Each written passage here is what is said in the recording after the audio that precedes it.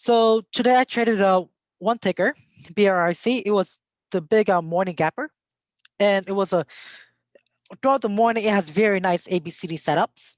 I traded pre-markets and took both of my trades were losses. I traded with bigger size today. I traded with 200 shares on my first trade and 100 shares on my second trades. Um, I could say that both of them were losses, but they were good trades. Why? Because I stick with my plan. Even though my entries weren't ideals, I still stick with it with a goal of a 1 to 3 risk to reward. I got stopped out 1 hour, and yeah. So my first trade was let's go with the screen. So here, why did I say it was a FOMO chase?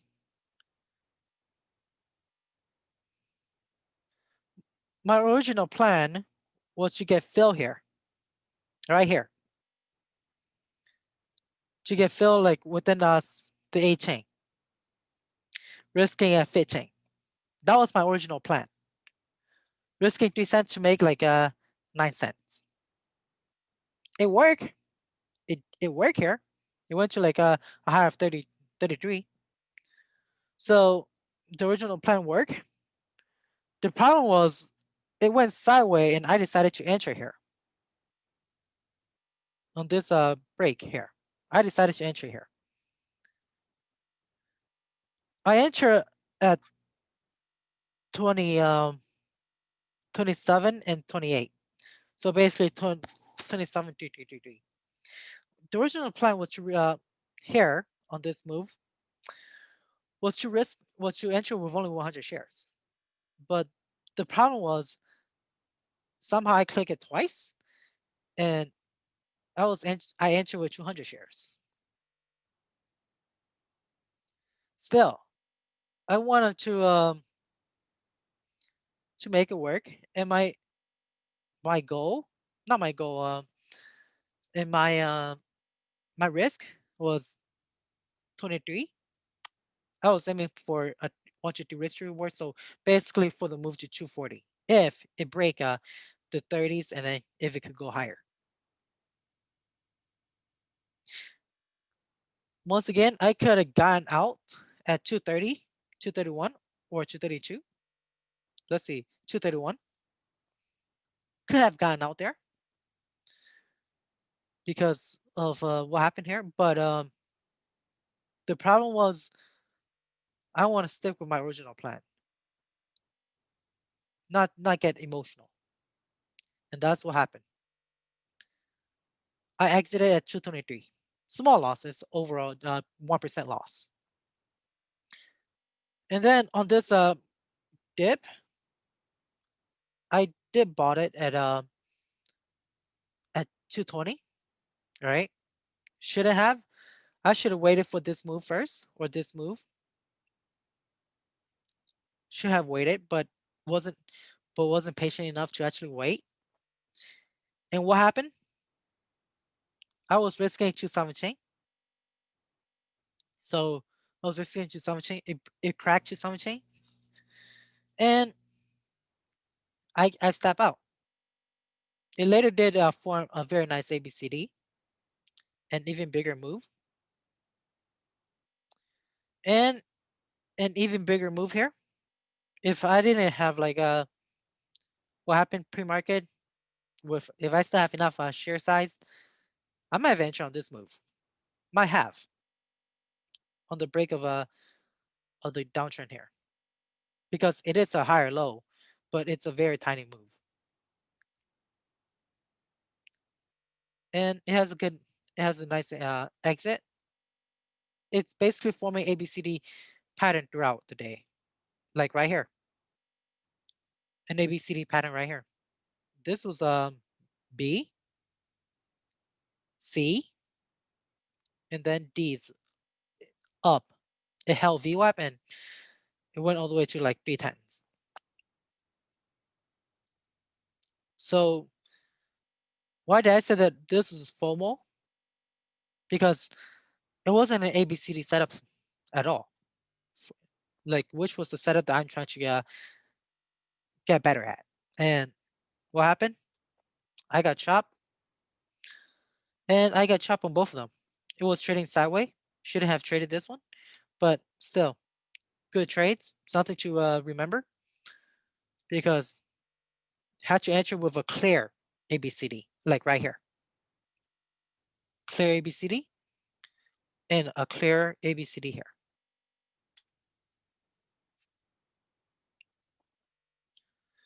So yeah, took some losses on it, but not your worries. This trade showed me that I'm willing to lose. I'm able to lose 1% of my trade without getting any frustrations. So with that, I might go with a bigger share size compared to like previous. Like maybe risking $5 on each trade, or risking $10 on each trade, based on like if the ABCD setups is formed and how high is the higher low compared to the previous low. And always aiming for a 1 to 3 risk reward. And after I traded, after I traded this ticker, I went and logged in some data and found some interesting data. So again, my trade pre-market was BLRX. The previous high was from 148. The high of day pre-market was 260. And I entered with 200 shares on my first one and entered with 100 shares on my second one, risking about 4 cents on my first trade, and risking 3 cents on my second trade, aiming for 13 cents on my first trade, and aiming for 9 cents on my second trade. I was holding like 7 minutes on my first trade and 54 seconds on my second trade. That's how fast the move is. I was aiming for a 1 to 3 risk reward. So my exit were good. There weren't any deviation from my risk level. The high bounce was 231 for my first trade. The highest bounce for the second trade was 239. So that is potential's exit. So yeah, potential exit.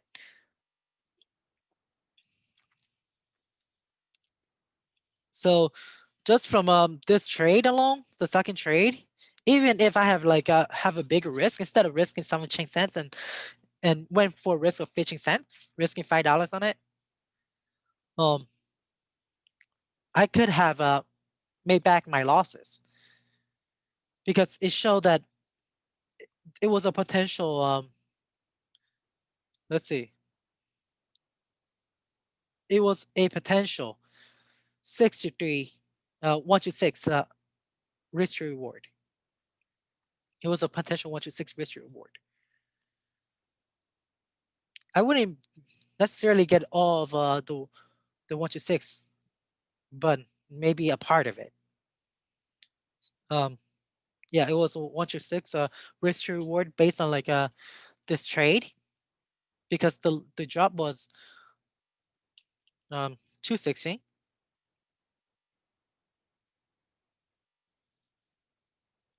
The drop was 260. Yeah, but one thing for sure, if I've held my original, if I have held my original entry and risking like that low of 215, 216, my risk to reward would not be good, because the high was 239 and that's only 12 cents. So it'll be a 1 to 1 risk to reward again. It wouldn't be good if I actually held all the way from 227 all the way to like 216, 215, 216. So it wouldn't be good risk reward. And why I say that? Because in the open, it dipped down to like the low twos. So 205, 206. It dipped down there.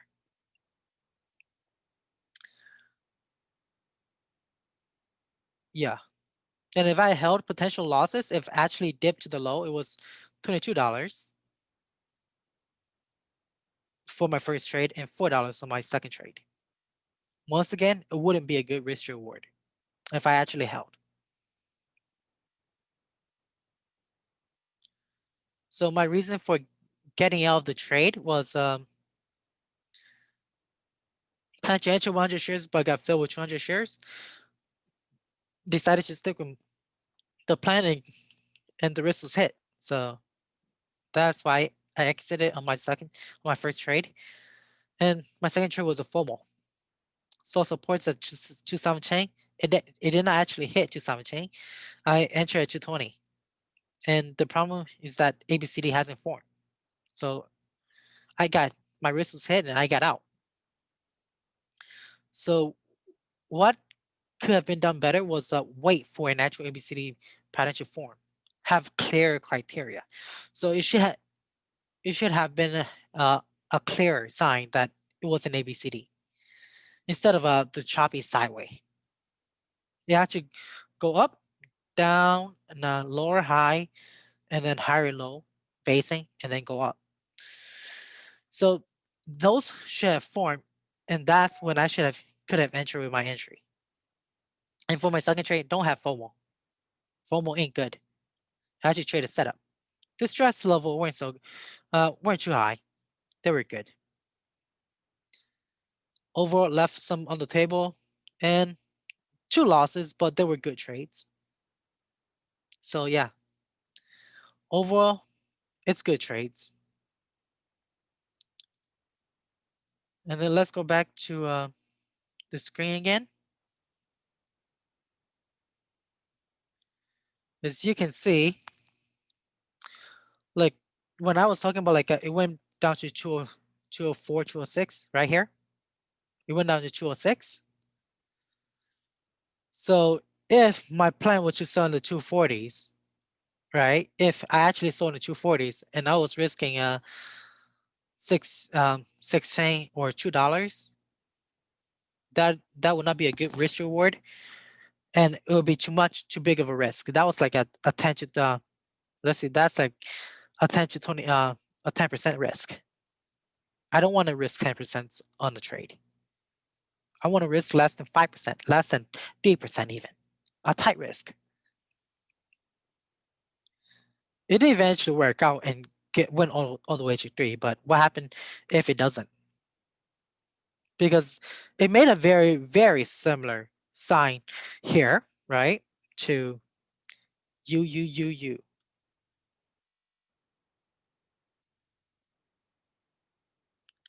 So you fail while BLRX succeed. It's not as volatile as triple U, but still, it's a very nice ABCD. There are like many good opportunities to enter. You can enter right here, entries around here. Again, entries here, entries on the bounce of VWAP, entries on the higher low, and that's pretty much it. Any higher, any entries higher, unless you're trading breakouts at 260, will be more of a chase. If it's, yeah.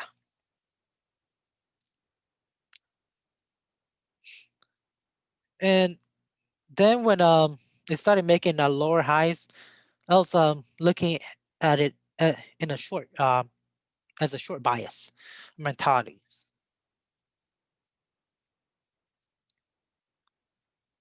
Didn't trade it because it's a cash accounts and I didn't have an account for shorting. So when I started having the short mentalities right here, 287 risking 303 or 304, right? Got chopped. And then another entry is around here again. $3, risking 310. Aiming for a break of $2. You want your VWAP, take off half or take off like a fourth, bounce, re-add. If it so bounce a lower high bounce, re-add. It didn't actually crack this risk. Re-add, enter. Once again on the turn right here. Um, take some shear off, re-short, and then yeah, it looked like a really nice it it looked like a very nice downtrend. It has a very nice downtrend, but still, yeah. Overall, took two losses on this trade. So once again, this trade showed that um, if I traded based on my setups, I could have the patience for the 3 hours. And the original idea was if hit 3 hours, start taking profits. Why? Because after the 3 hours, you take profits, less stress. If it could go higher, that's even better. You can increase this 3 hours to 4 hours, 5 hours, maybe 6 hours, like right here. This move right here, very nice. So overall, true losses, not too shabby though, because they were good trades and good lessons to learn from. Yeah, we'll have all. Basically, what I'm saying is, no matter what, always gonna get has some losses days, red days. So yeah, that's just have to keep the risk reward larger than uh, uh, at DRs or higher.